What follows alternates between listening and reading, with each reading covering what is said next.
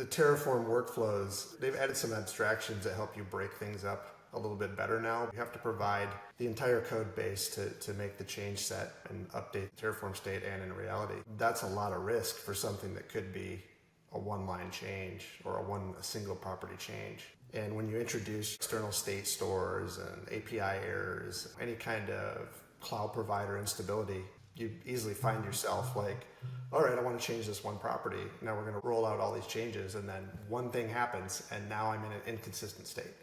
And I may have to go either edit cloud provider side manually, I may have to edit the state manually, just to get back to a place where I can reapply the Terraform. And that's just not ideal. Right. And what is the response right now? Let's use AI to analyze the blast radius of your Terraform. I would say this is a totally wrong approach, because blast radius is something that needs to be built into the product from the beginning to support different use cases and different users at different times of the day in different situations they are in. And what we as long-term practitioners are actually missing in the world of Terraform, Ansible, and the likes is exactly that.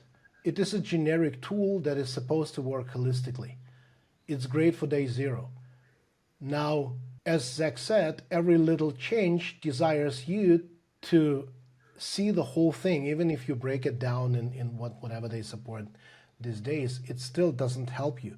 It's too much access, too much information, too much visibility. There are so many use cases where the blast radius needs to be completely reduced, and they have nothing to do with the experience level of the user. Imagine somebody who's absolutely experienced, somebody who is a practitioner for decades, but they wake up at 2 a.m. in the morning to fix something. If I would have to do that, I would not want to see a single detail. I want to nail down one line change and I'm done. I go back to sleep.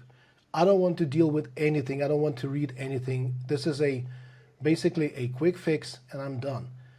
And why are we trying to analyze the blast radius of what we're building instead of solving this in a different way, namely prevent the humongous blast radius by addressing people's needs?